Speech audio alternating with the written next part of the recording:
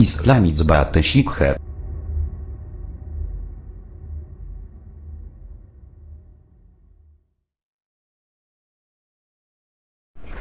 بسم اللہ الرحمن الرحیم. صحابہ کے آنسو حضرت عمر رضی اللہ تعالیٰ عنہ کے بارے میں محمد بن مسلمہ رضی اللہ تعالیٰ عنہ کہتے ہیں کہ میں مسجد نبوی کو جب میں چلا، میں راستے میں بعض حالات دیکھے تو مسجد میں داخل ہوتے ہوئے میں نے بلند آواز اللہ اکبر کہا، اور یہ اللہ اور اس کے رسول نے سچ کہا. حضرت عمر رضی اللہ تعالیٰ عنہ نے مجھے بلوایا اور پوچھا، تو نے بلند آواز سے اللہ اکبر کیوں کہا اور یہ کہ اللہ اور اس کے رسول نے سچ کہا؟ محمد بن مسلمہ نے کہا، اے امیر المؤمنین، میں گھر سے مسجد کے ارادے سے چلا، میرے سامنے فلاں بن فلاں قریش گزرا، وہ ایک قیمتی جوڑے میں پہنا ہوا تھا. اس سے پوچھا، یہ کس نے پہنایا؟ اس نے کہا، امیر المؤمنین نے. پھر میں آگے چلا، ایک اور قریش کا گزر ہوا، وہ بھی ایک مہنگے اور قیمتی لباس پہنا ہوا تھا. میں نے اس سے پوچھا، یہ کس نے پہنایا؟ اس نے کہا، امیر المؤمنین نے. پھر میں آگے چلا، ایک انصار کا گزر ہوا اور وہ بھی ایک جوڑے میں تھا جس کی قیمت دونوں آگے جو ساتھیوں نے پہنے تھے اس سے کم تھی. اس سے پوچھا کہ یہ کس نے پہنا ہے؟ اس نے کہا، امیر المؤمنین نے. اس کے بعد محمد بن مسلمہ رضی اللہ تعالیٰ عنہ نے فرمایا، بے شک رسول اللہ صلی اللہ علیہ وسلم نے سچ کہا، اے جماعت انصار، تم میرے بعد اپنے اوپر ترجیح دیکھو گے اور میں، اے امیر المؤمنین، یہ بات نہیں پسند کرتا کہ آپ کے زمانے میں ایسا ہو. راوی کہتے ہیں، یہ سن کر حضرت عمر رضی اللہ تعالیٰ عنہ رو پڑے اور فرمایا، اللہ میری مغفرت کرے، میں دوبارہ ایسا نہ کروں گا. چنانچہ اس قصے کے بعد کسی انصار پر کسی قریش کو فضیلت دیا جانا حضرت عمر کے زمانے میں نہ دیکھا گیا. حضرت عمر رضی اللہ تعالیٰ عنہ حضرت ابو درداء کے پاس داخل ہوئے تو دروازے پر کنڈی نہ تھی اور گھر میں چراغ نہ تھا، نہ بستر عمدہ نہ تکیہ عمدہ.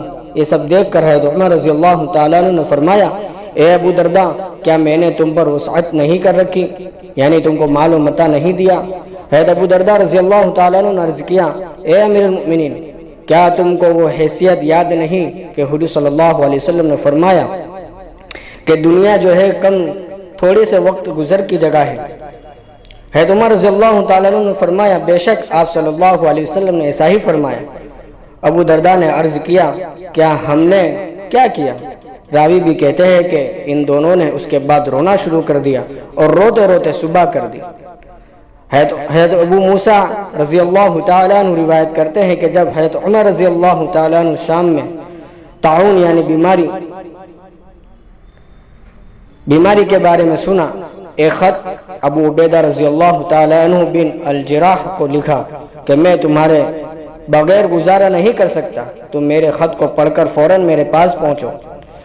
ابو عبیدہ رضی اللہ تعالیٰ عنہ نے جواب لکھا کہ میں امیر المؤمنین کی ضرورت کو سمجھ گیا ہوں، ان کا ارادہ ہے کہ اس کو باقی رکھیں جو باقی رہنے والا نہیں، اور میں مسلمان کے لشکر میں ہوں، اپنوں کو ان پر ترجیح نہیں دے سکتا. اور ان کی دونوں آنکھوں سے آنسو جاری ہو گئے. جو لوگ پاس تھے انہوں نے عرض کیا، کیا ابو عبیدہ کا انتقال ہو گیا؟ فرمایا، گویا کے قریب ہے. حضرت اسلم رضی اللہ تعالیٰ عنہ فرماتے ہیں کہ ایک رات حضرت عمر رضی اللہ تعالیٰ عنہ گشت کر رہے تھے کہ ان کا گزر ایک خیمے پر ہوا. اس سے بچوں کے رونے کی آواز آ رہی تھی اور ایک ہانڈی آگ پر تھی.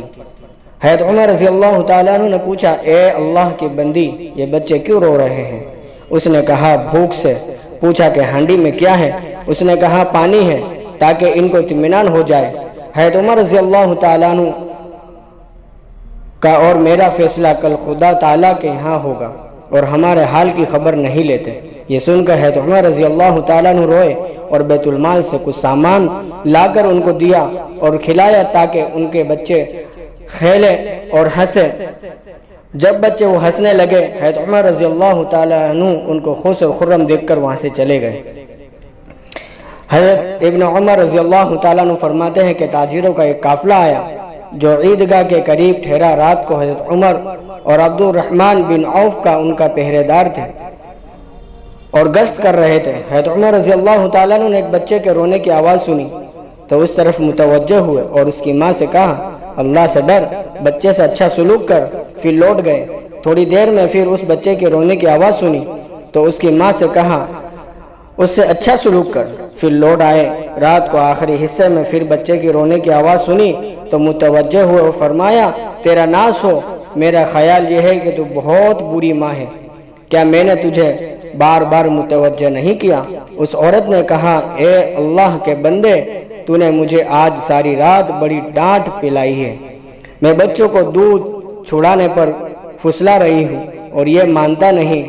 پوچھا کہ کیوں، کس لیے؟ عورت نے کہا اس لیے عمر رضی اللہ تعالیٰ عنہ دودھ پیتے بچے کا وظیفہ نہیں دیتا۔ پھر لوٹ آئے اور آ کر فجر کی نماز پڑھائی۔ حضرت عمر کے رونے کی وجہ سے ان کی قرات لوگوں کو سمجھ نہیں آ رہی تھی۔ جب سلام پھیرا تو فرمایا عمر کی خرابی مسلمانوں کے کتنے بچے مار ڈالے۔ پھر ایک منادی کو حکم دیا جس نے یہ ندا کی کہ لوگ اپنے بچوں کا دودھ چھڑانے میں جلدی نہ کریں، میں نے جتنے بچے اسلام میں پیدا ہوں گے سب کا وظیفہ مقرر کر دیا، اور اطراف عالم میں بھی یہ بات لکھ کر خط کے ذریعے بھجوا دی۔ اللہ ہم سب کو اس بات پر عمل کرنے کی توفیق دے اور اللہ ہم سب کو صحابہ کے نقش قدم پر چلنے کی توفیق عطا فرمائے، اور اللہ ہم سب کو صحابہ کی طرح، ان کی زندگی کی طرح ہم سب کے اندر، ہمارے ایمان کے اندر ویسی طاقت اور نورانیت پیدا فرمائے۔ وآخر الدعوانا الحمدللہ رب العالمین۔